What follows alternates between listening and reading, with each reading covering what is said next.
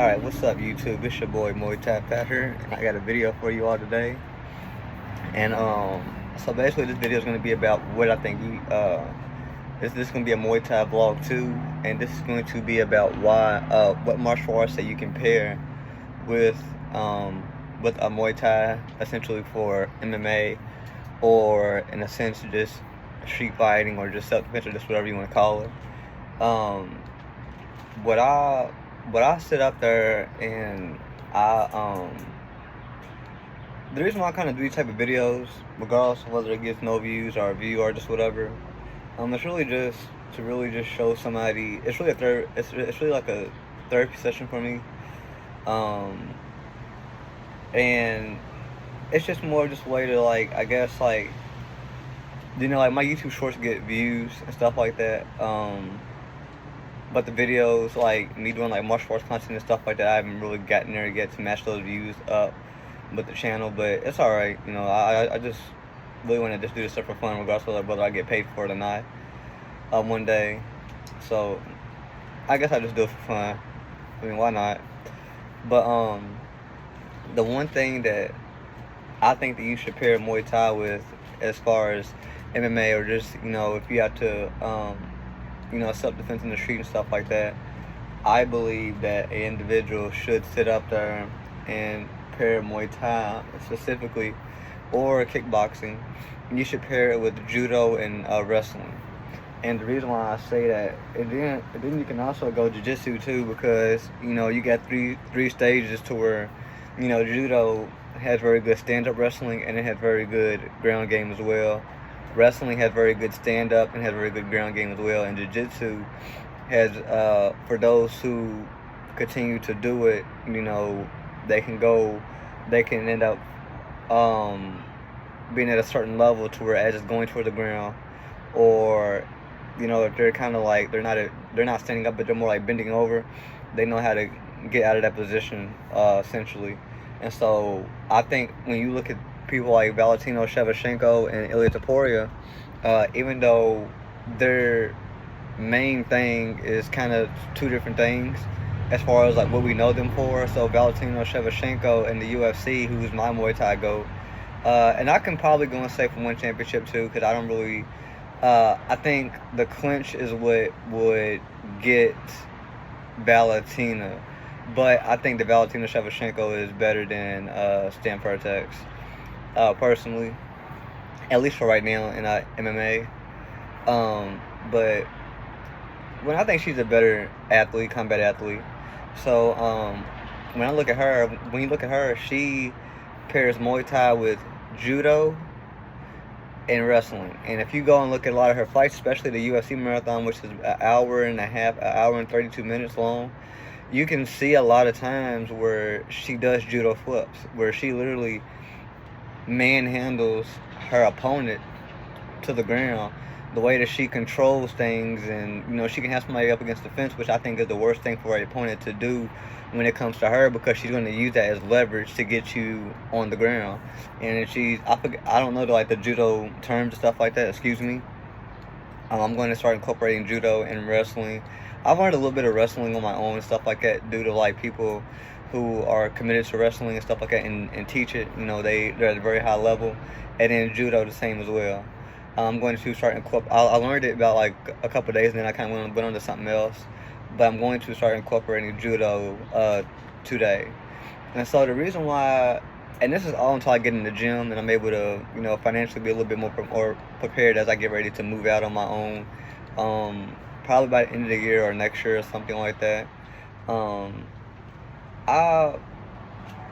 I think that those are the best options, because like I said, you can play around with Muay Thai at a certain range, because you're going to need a range, especially if you're a self-taught martial artist. I would really look at boxing, and that's another thing too, is when you go and you look at Ilia Topuria, we know him for boxing, but if you go and you watch Ilia Topuria's whole fight career, somebody commented, and I was thinking it when I was watching it, but I was like, hold on, he's not a natural striker. He is a grappler turned striker. So when I went through and learned his history, they have very good wrestling over there in Georgia, the country that he's from. and then they have very good judo. And so now when you mix that up with like jiu-jitsu, and that's how you put Charles Oliveira in a crucifix, and he almost got it, he almost pulled it off. Craig Jones and Valentina Shevchenko is the only one that I've seen be able to pull that off in like a real fight.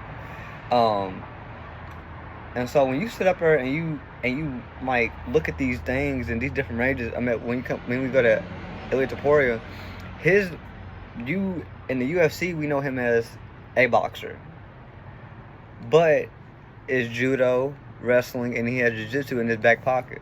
So any type of positions where he may be at, whether it's standing up, like Charles Oliveira was going to take him to the ground, but because he got an underhook with the left arm, with Ilia Topuria's he used his left arm to get the underhook, and then he went and got like an overhook or something like that, or they put it, I think it was like overhook when he switched to kind of like the body, then he went up to like the head and kind of made it look like a clinch, and so that was what helped Ilia Topuria beat him. And so then when he was able to play around with that range with the striking, you never seen anybody do Charles Oliveira like that. I mean, Max Holloway throws damn near 100 punches around, and it was just kind of shocking.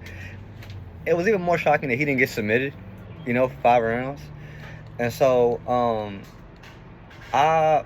when I sit up there and I start to, I remember when I first got into Muay Thai, like Muay Thai is my first love. Like there's no ifs, ands, and buts about it. You know what I'm saying? Regardless of how many, even when I start to dive into learning other martial arts, I feel like it's striking Muay Thai, as far as like what's the martial arts that's known, is the pinnacle, and it's the safest thing for the average person to be able to use, because you're able to use all your weapons. But then you can go and add in karate, kickboxing is very phenomenal. I understand that Muay Thai and kickboxing fighters go at it as a joke, but to me it's stupid, because when you sit up there and you look, kickboxing has the graded level changing, and they're very fast, and they have very good footwork.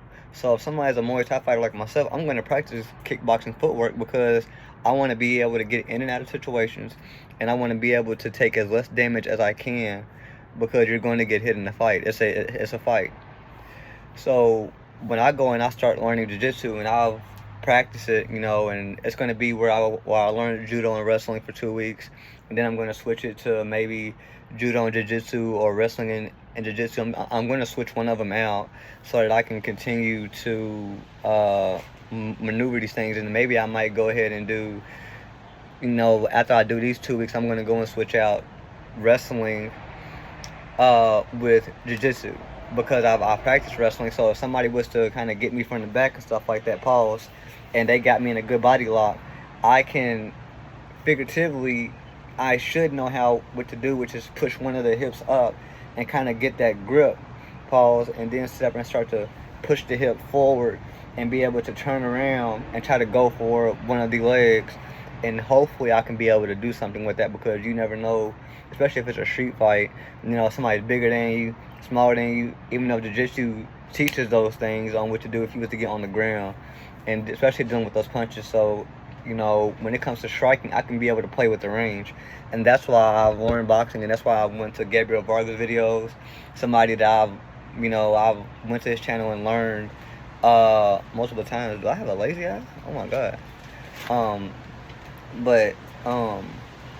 So it's just all these things that you can sit up and compare with Muay Thai for a Muay Thai practitioner. If any other martial art is, if any other martial artist, because right now I'm self-taught, but I've been in the gym as of last year. I was in a Muay Thai gym down the street from me, 4 weeks out of I'm at 4 months out, 4 to 5 months out of the year last year. 2 brothers in Muay Thai, and they got a phenomenal coach, and Coach Derek and Coach Sean. And then when you got what's his name? Silas. There's a young individual in there named Silas. Well, he's around my age, but I mean young, because he's young, and we're both young.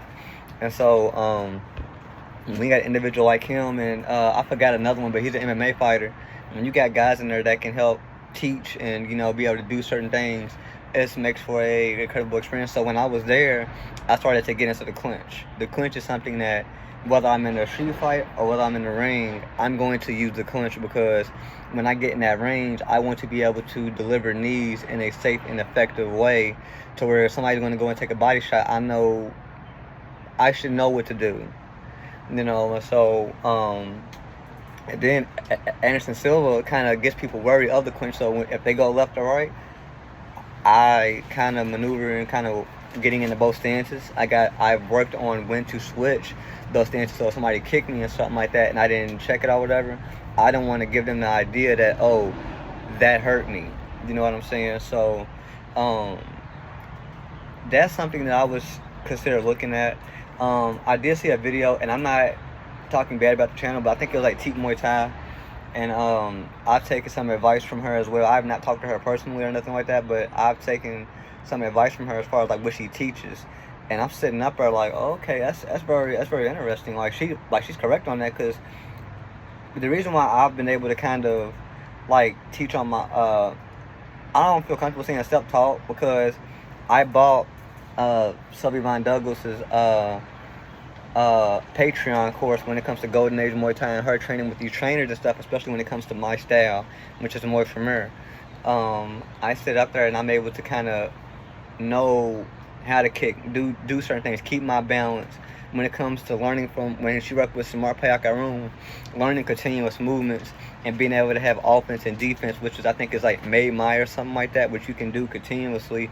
And then on top of that, when you look at guys like Samar, you can literally fight out of both stances. Like if two people's coming to jump you and you have you know who to hit first, all you gotta do is just deal with this guy, try to deal with this guy first, and then you can turn around and deal with this guy. You know what I'm saying? So it's just people that I've separated and then learned from, and I'm very careful.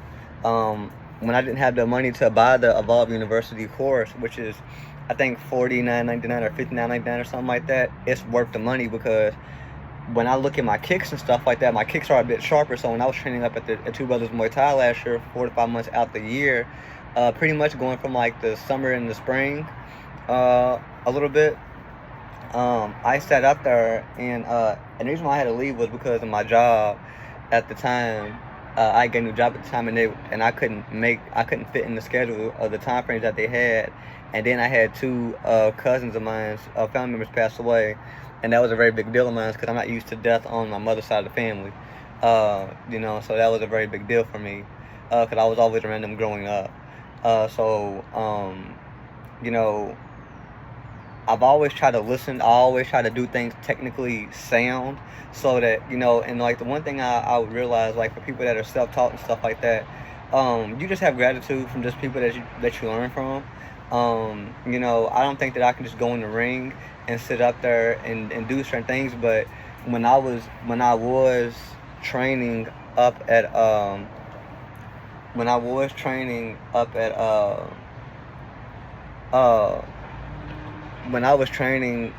Two Brothers Muay Thai, when I first went to my first sparring session and stuff like that, I asked everybody what I can do to get better, and they told me, and they was like, well, it's kind of hard to kind of get a good read on you because you move continuously, and I had to use my footwork, because, and it wasn't running, it wasn't in the sense like I get hit and I'm running. No, I stay and I stand my ground. They were just like, don't put your head necessarily out. Like my chin was down, but my head was out, so it was easy to kind of tag me, especially with the hooks and things like that. So it's different things to be able to do, and that's what helped me out in that particular matchup, or whatever you would like to say. And so that is just something that I would just share, that I would like to share. I think that me training boxing and stuff like that, it helps me, it allows my punches to flow better.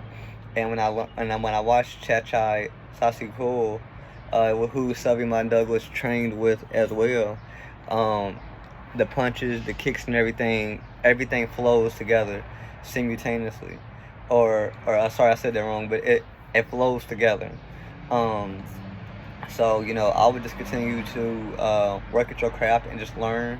And when I do work and stuff like that, I train 2-3 times a day still until I can get in the gym, because I want to perfect my craft and get better at each and everything, and just be able to play with, learn what type of like fighter I want to be. And I know that, but you know, I have a mode that I have in each and every fighting style, and then I have a the range that I know that I would like to play with, and the weapons to throw at those ranges, and then I have the timing down to where I start to learn, you know, when everything is flowing. So one thing I learned from when I practiced karate temporarily with the punches was, if I'm going like this and my guard, you know, is like this, if I'm going to throw a punch and I wound and that left arm is coming back, when they get to about right here, that's when I'm going to turn that hand, and I'm going to turn that hand slightly like this, with the bottom two, with your top knuckles facing a little bit downward,